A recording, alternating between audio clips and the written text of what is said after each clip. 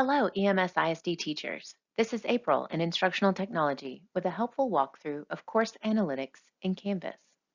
This will be an invaluable tool to check for daily participation in your Canvas course. Those of you who have used Canvas regularly are probably familiar with the People tab that shows you the last time a student logged in and how much time was spent in Canvas.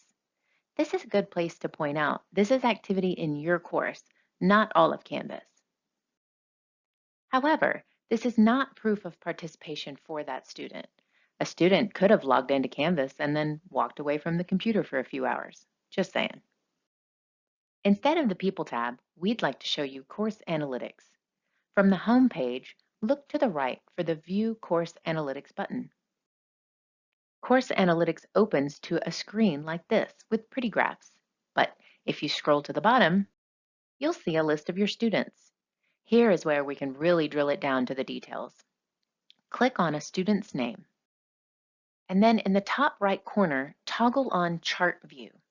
Now you can see the date and total page views for each student and any actions taken on that day, like assignment submissions. It is important to note that dates with no activity are missing from the list. So you won't see, for example, August 24th, 0 page views. August 24th just simply won't be in the list. That means the student did not engage with your Canvas course on August 24th. If you click the down arrow in the top right corner, you can choose the next student in the alpha list and assess all of your students in this manner for any given date.